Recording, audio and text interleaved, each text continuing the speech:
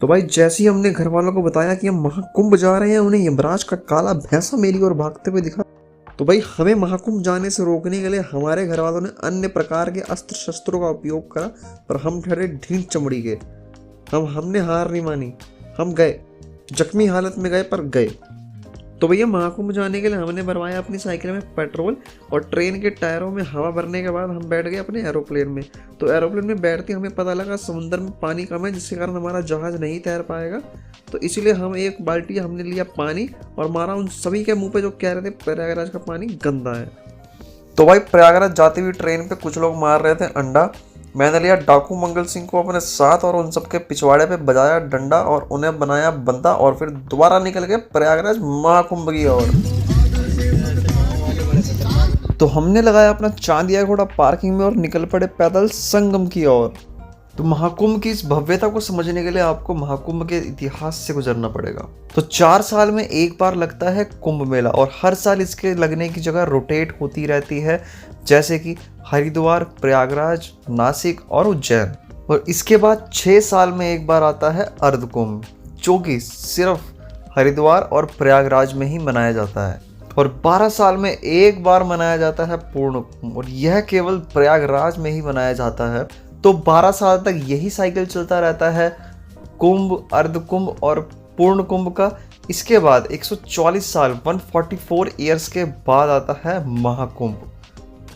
तो अब आप इसकी महानता समझ रहे हो, ये महान क्यों है, इसको महा क्यों कहा जाता है, इसको इतना भव्य क्यों तरीके से मनाया जाता है, क्योंकि ये 144 साल बाद आता है। आप समझने की कोशिश कीजिए, 2 पीढ़ियाँ, 2 जनरेशन शायद से निकल जाए, किसी की हो सकता है 3 निकल जाए, तब एक जनरेशन आएगी जिसको ये कुंभ का भव्य अवसर देखने को मिलेगा।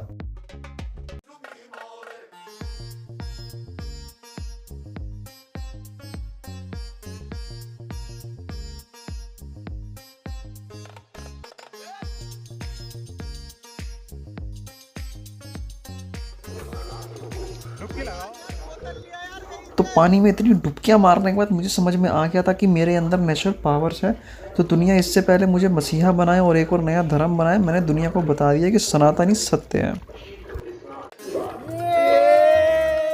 हर हर महादेव, जय भोलेनाथ, जय भोलेनाथ। बंदे का तो भाई हमारे, जय करो वीर बजरंगी, जय भोलेनाथ, हर हर महादेव।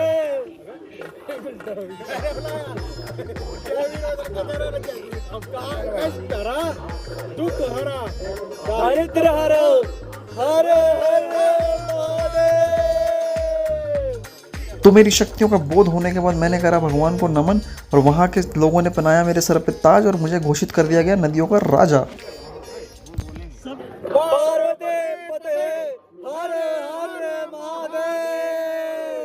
तो भैया संगम में स्नान करने के बाद हम लोग चल दिए बड़े हनुमान जी के दर्शन करने। तो बड़े हनुमान जी के दर्शन करने से पहले थोड़ा सा बड़े हनुमान जी का इतिहास जान लेते हैं। तो बड़े हनुमान जी की मूर्ति जो है वो धरातल से 6 से 7 फीट नीचे है। तो ऐसा माना जाता है कि इस मूर्ति के बाएं पैर के नीचे कामदा देवी और दाएं पैर के नीचे अहिरावण, और प्रभु के दाएं हाथ में राम लक्ष्मण जी और बाएं हाथ में गदा शोभित है। जय श्री राम, जय जय श्री राम। तो ऐसा माना जाता है कि लंका पे जीत हासिल करने के बाद जब हनुमान जी लौट रहे थे तो उन्हें थकान महसूस हुई। तो माता सीता के कहने पर वह यहाँ संगम के तट पर लेट गए थे। तो यही सब ध्यान में रखते हुए यहाँ पे हनुमान जी का मंदिर बनाया गया। तो यह भी बताया जाता है कि कन्नौज के राजा की कोई संतान नहीं थी, तो उनके गुरु ने उपाय के रूप में बताया हनुमान जी की एक ऐसे प्रतीक का निर्माण करवाइए जो राम लक्ष्मण को नागपाश से छुड़ाने के लिए पाताल में गए थे। हनुमान जी का यह विग्रह विंध्याचल पर्वत से बनाकर लाया जाना चाहिए। जब कन्नौज के राजा ने ऐसा ही किया और विंध्याचल से हनुमान जी की प्रतिमा नाव से लेकर आए, तभी अचानक से नाव टूट गई और यह प्रतिमा जलमग्न हो गई। राजा को यह देखकर बेहद दुखद महसूस हुआ और वह अपने राज्य वापस लौट गए। इस घटना के कई वर्षों बाद गंगा का जल स्तर घटा, तो वहाँ धूनी जमाने का प्रयास कर रहे राम भक्त बाबा बालगिरी महाराज को यह प्रतिमा मिली। फिर उसके बाद यहाँ पर राजा द्वारा इस मंदिर का निर्माण करवाया गया।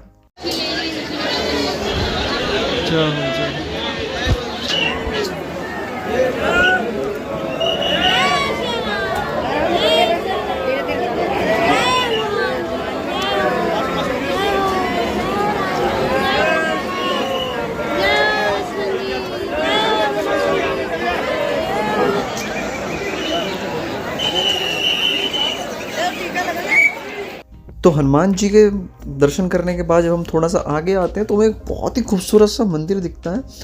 तो हमने सोचा क्यों ना इस मंदिर के दर्शन किए जाए। तो जैसे ही भाई हम इस मंदिर के पास जाते हैं, गेट के बिल्कुल पास पहुंचते हैं, हमें दिखती है साईं बाबा की मूर्ति। तो हमने सोचा प्लान कैंसिल करते हैं, क्योंकि हम ऐसे मंदिर में नहीं जा सकते जहाँ एक ऐसे व्यक्ति की मूर्ति हो जो मांस खाता था और मदिरा पीता था। तो माना जाता है कि अगर आप संगम आए और नाग वासुकी जी के दर्शन नहीं करें तो संगम अधूरा है, और अगर नाग वासुकी जी के दर्शन करने और संगम में स्नान नहीं करा तो दर्शन अधूरे हैं। तो भाई हमने कहा नाग वासुकी जी के दर्शन करने के लिए संगम में स्नान और आगे नाग वासुकी जी के दर्शन करने।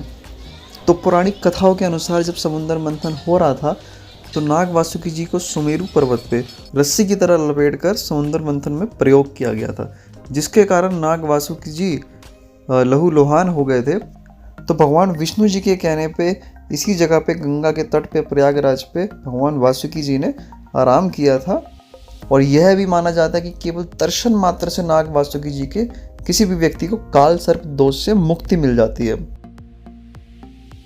तो भैया जी पूरे दिन की भगदड़ के बाद हमारी शक्तियां दे चुकी थी जवाब। हमने कहा अब हमसे ना हो पाएगा, तो हम सब यारों ने मिलकर किया संगम के तट पे थोड़ा सा आराम और महसूस करा इन पावन लहरों को।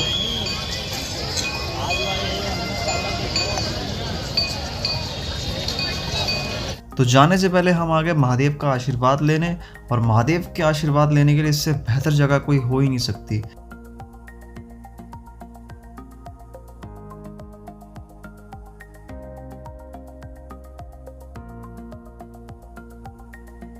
ये है महादेव की रुद्राक्ष से बनी शिवलिंग। ऐसा दृश्य पूरी दुनिया में शायद से ही आपको कहीं मिलेगा, मेरे हिसाब से तो कहीं नहीं मिलेगा। तो हमने लिया महादेव का आशीर्वाद और फिर हम निकल लिया काशी विश्वनाथ की ओर। तो अब हम आपसे मिलेंगे अगली वीडियो में काशी में।